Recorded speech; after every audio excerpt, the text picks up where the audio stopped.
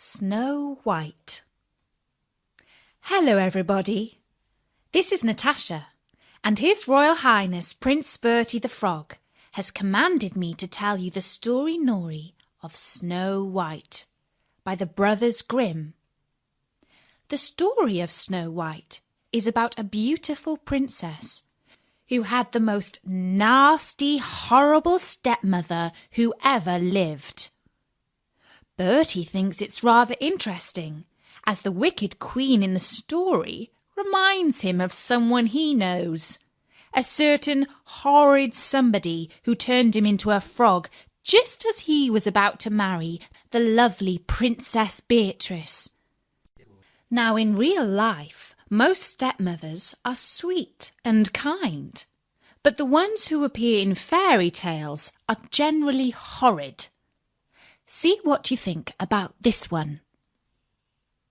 A very long time ago, in midwinter, when the snowflakes were falling like feathers from heaven, a beautiful queen sat sewing at her window, which had a frame of black ebony.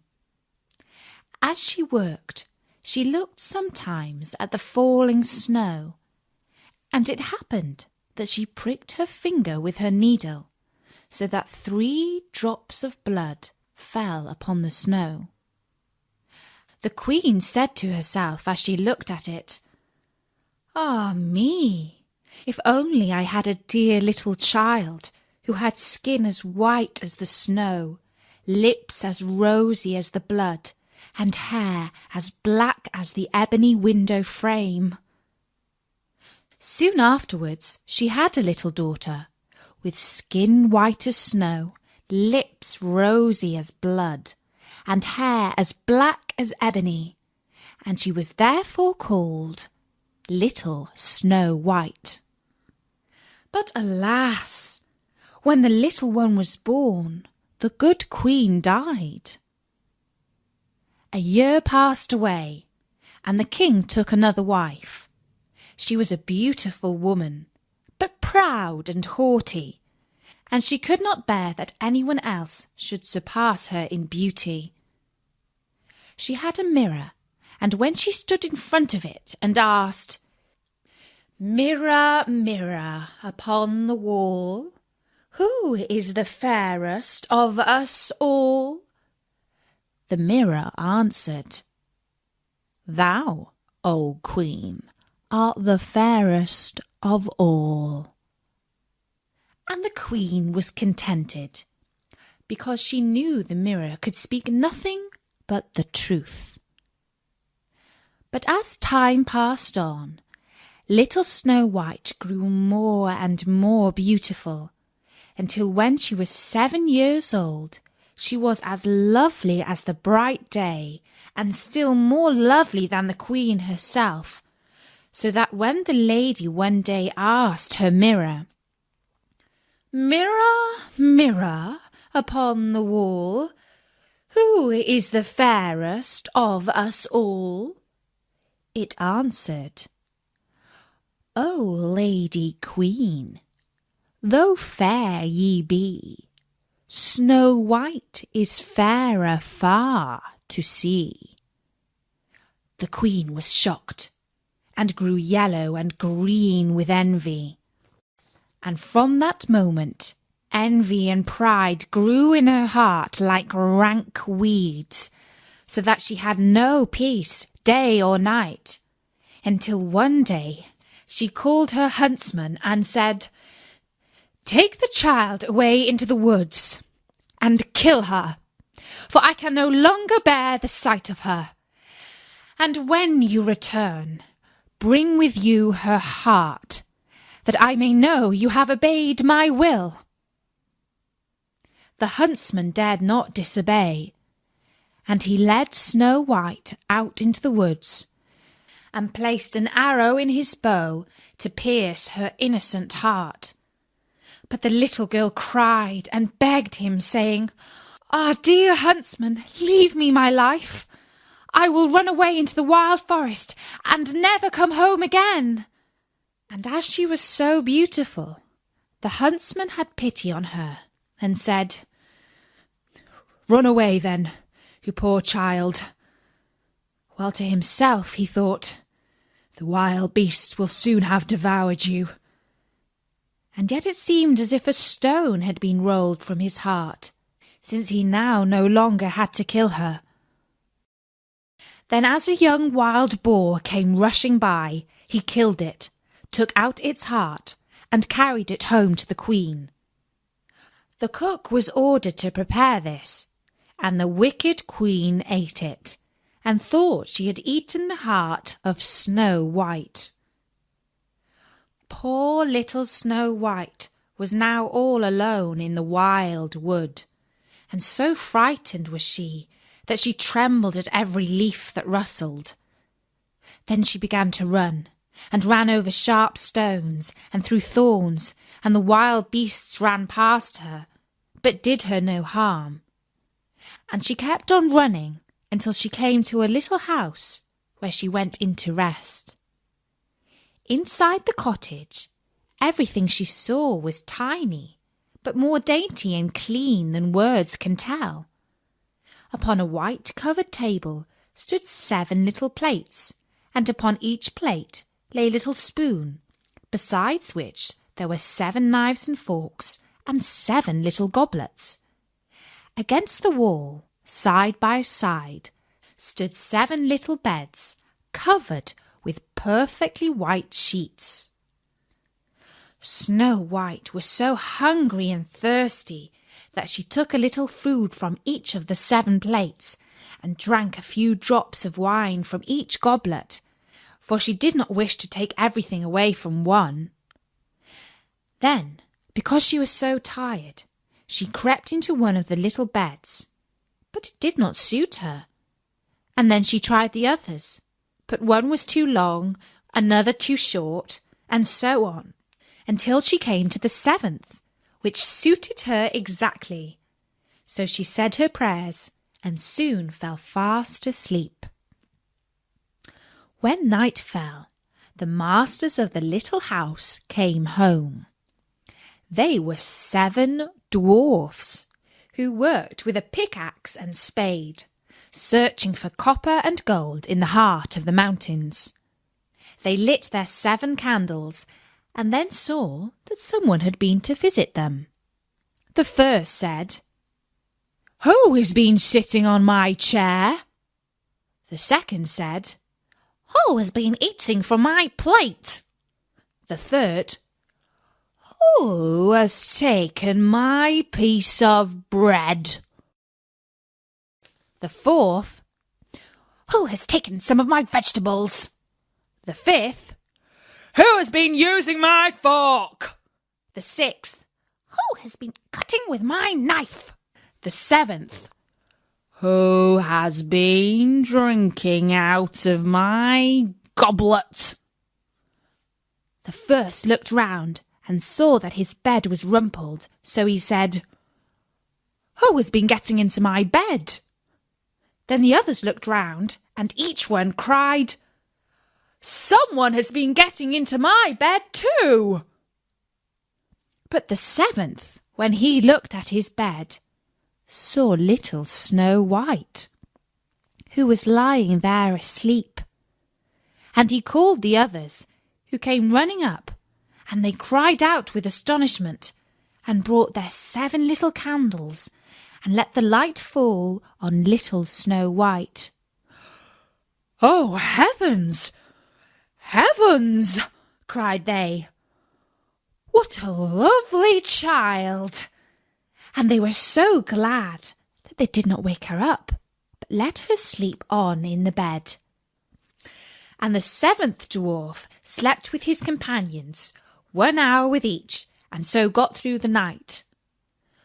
When the sun rose, Snow White awoke, and oh, how frightened she was when she saw the 7 little dwarfs. But they were very friendly, and asked what her name was. "My name is Snow White," she answered. "And how did you come to get in our house?" asked the dwarfs. Then she told them how her cruel stepmother had intended her to be killed, but how the huntsman had spared her life, and she had run on until she reached the little house. And the dwarf said, "If you will take care of our house, cook for us, and make the beds, wash, mend, and knit, and keep everything neat and tidy and clean, then you may stay with us, and you shall lack for nothing." "Yes," answered Snow White, "with all my heart." And so she stayed. She kept the house neat and clean for the dwarfs, who went off early in the morning to search for copper and gold in the mountains, and who expected their meal to be standing ready for them when they returned at night. All day long Snow White was alone, and the good little dwarfs warned her to be careful to let no one into the house.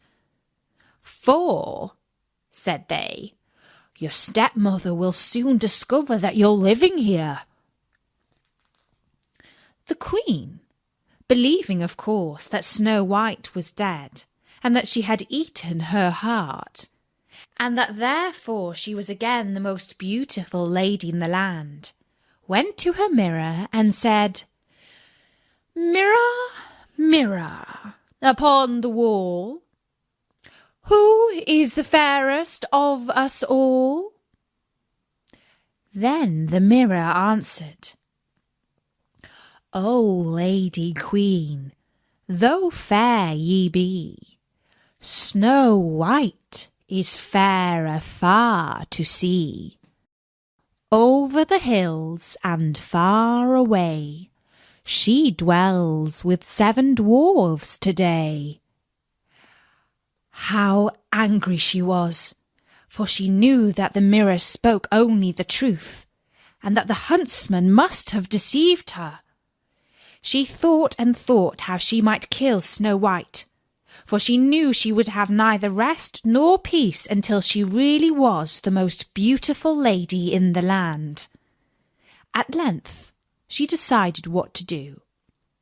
She painted her face and dressed herself like an old peddler woman, so that no one could recognize her, and in this disguise she climbed the 7 mountains that lay between her and the dwarf's house, and she knocked at their door and cried, "Pretty things to sell, very cheap, very cheap." Snow White peeped from the window and said, "Good day, good wife, and what are your wares?" "All sorts of pretty things, my dear," answered the woman. "Silk and laces of every colour," and she held up a bright-coloured one made of pleated silks. "Surely I might let this honest old woman come in," thought Snow White, and unbolted the door and bought the pretty lace. "Dear, dear, what a sight for sore eyes you are, child," said the old woman. "Come, let me lace you properly for once." Snow White had no suspicious thoughts, so she placed herself in front of the old woman that she might fasten her dress with her new silk lace. But immediately the wicked creature laced her bodice so tightly that she could not breathe, and she fell down upon the ground as though she were dead. "Now," said the Queen, "I am once more the most beautiful lady in all the land." When the dwarfs came home, they were very grieved to find their dear little Snow White lying upon the ground as though she were dead. They lifted her gently, and seeing that she was too tightly laced, they cut the silken cord, where she drew a long breath, and then gradually came back to life. When the dwarfs heard all that had happened, they said, "The peddler woman was certainly the wicked queen. Now take care in future that you open the door to none when we are not with you." The wicked queen had no sooner reached home than she went to her mirror and said, "Mirror, mirror upon the wall, who is the fairest of us all?" And the mirror answered as before, "O Lady Queen, though fair ye be, Snow White is fairer far to see. Over the hills and far away, she dwells with 7 dwarfs today." The blood rushed to her face as she heard these words, for she knew that Snow White must have come to life again. "But I will manage to put an end to her yet," she said. And then, by using her witchcraft, she made a poisonous comb. Again she disguised herself, climbed the 7 mountains, and knocked at the door of the 7 dwarfs' cottage, crying, "Pretty little things to sell, very cheap today." Snow White looked out of the window and said, "Go away, good woman, for I dare not let you in." "Surely you can look at my goods," answered the woman, and held up the poisonous comb, which pleased Snow White so well that she opened the door and bought it. "Come, let me comb your hair in the newest way," said the woman, and the poor unsuspicious child let her have her way. But no sooner did the comb touch her hair than the poison began to work, and she fell fainting to the ground. "There, you model of beauty," said the wicked woman. "You are done for at last." But fortunately it was almost time for the dwarfs to come home, and as soon as they came in and found Snow White lying upon the ground, they guessed that her wicked stepmother had been there again, and set to work to find out what was wrong. They soon saw the poisonous comb and drew it out of her hair, and almost immediately Snow White began to recover and told them what had happened. Once more they warned her to be on her guard and to open the door to no one. When the queen reached home, she went straight to the mirror and said, "Mirror, mirror on the wall, who is the fairest of us all?" And the mirror answered, "O Lady Queen, though fair ye be, Snow White is fairer far to see. Over the hills and far away, she dwells with 7 dwarfs today." When the queen heard these words, she shook with rage. "Snow White shall die," she cried, "even if it costs me my own life." She went into a secret chamber where no one else ever entered, and there she made a poisonous apple, and then she painted her face and disguised herself as a peasant woman, and climbed the 7 mountains and went to the dwarf's house. She knocked at the door. Snow White put her head out of the window and said, "I must not let anyone in. The 7 dwarfs have forbidden me to do so." "It's all the same to me," answered the peasant woman. "I shall soon get rid of these fine apples, but before I go, I'll make you a present of one." "Oh no," said Snow White, "for I must not take it." "Surely you are not afraid of poison?" said the woman. "See, I will cut one in 2. The rosy cheek you shall take, and the white cheek I will eat myself." Now, The apple had been so cleverly made that only the rose-cheeked side contained the poison. Snow White longed for the delicious-looking fruit, and when she saw that the woman ate half of it, she thought there could be no danger, and stretched out her hand and took the other part. But no sooner had she tasted it than she fell down dead. The wicked queen laughed out loud with joy as she gazed at her. White as snow, red as blood, black as ebony. This time the dwarves cannot take you. And she went straight home and asked her mirror, Mirror, mirror upon the wall, who is the fairest of us all? And at length it answered, Thou, O Queen, art fairest of all. So her envious heart had peace at last, as much as an envious heart can have peace. When the little dwarfs came home at night, they found Snow White lying upon the ground.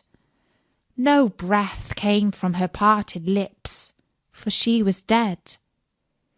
They lifted her tenderly and sought for some poisonous object which might have caused the mischief, and laced her frock, combed her hair, and washed her with wine and water, but all in vain.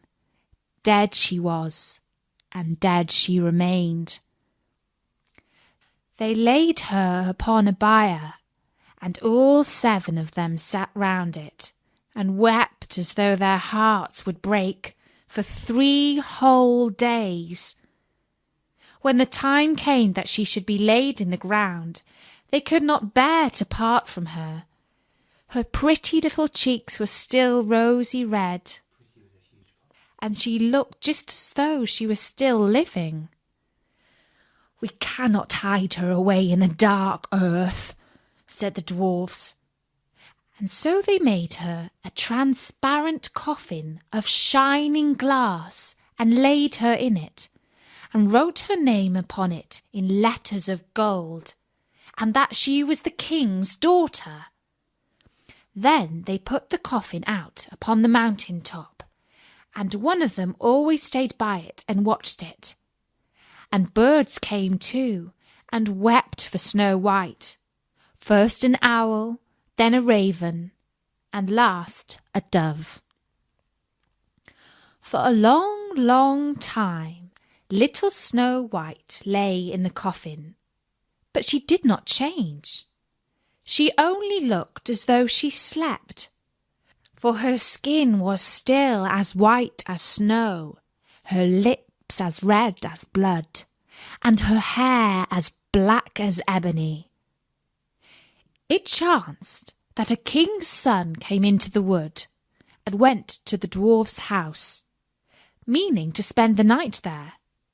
He saw the coffin upon the mountain top, with little Snow White lying within it, and he read the words that were written upon it in letters of gold.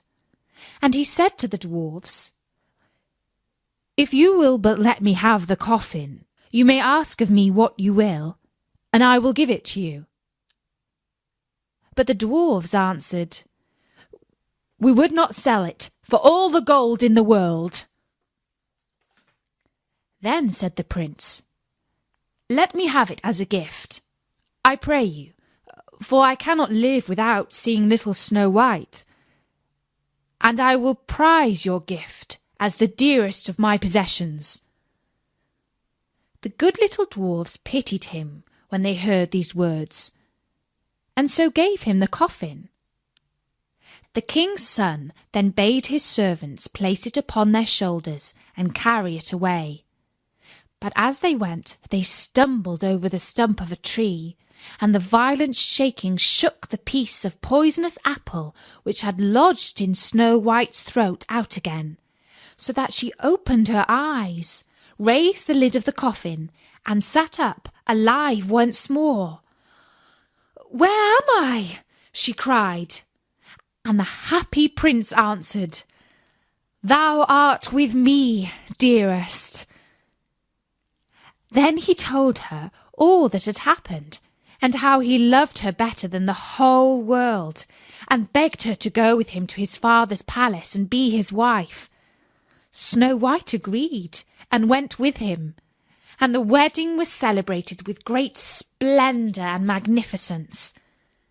Little Snow White's wicked stepmother was invited to the feast, and when she had dressed herself in the most beautiful clothes, she stood before her mirror and said, "Mirror, mirror upon the wall, who is the fairest of all?"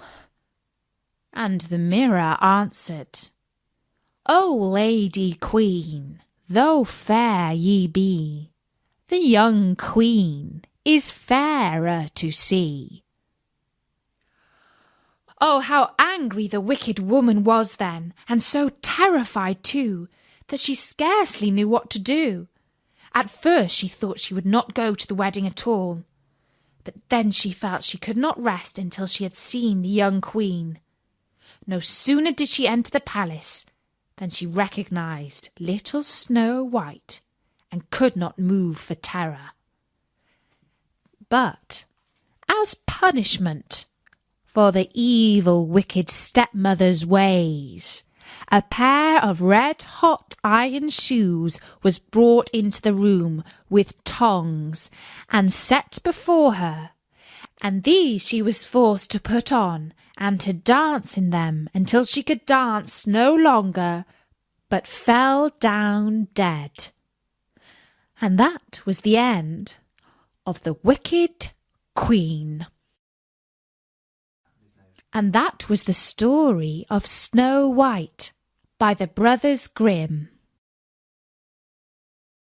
You'll find loads more stories on storynori.com. Until then, from me, Natasha, bye-bye.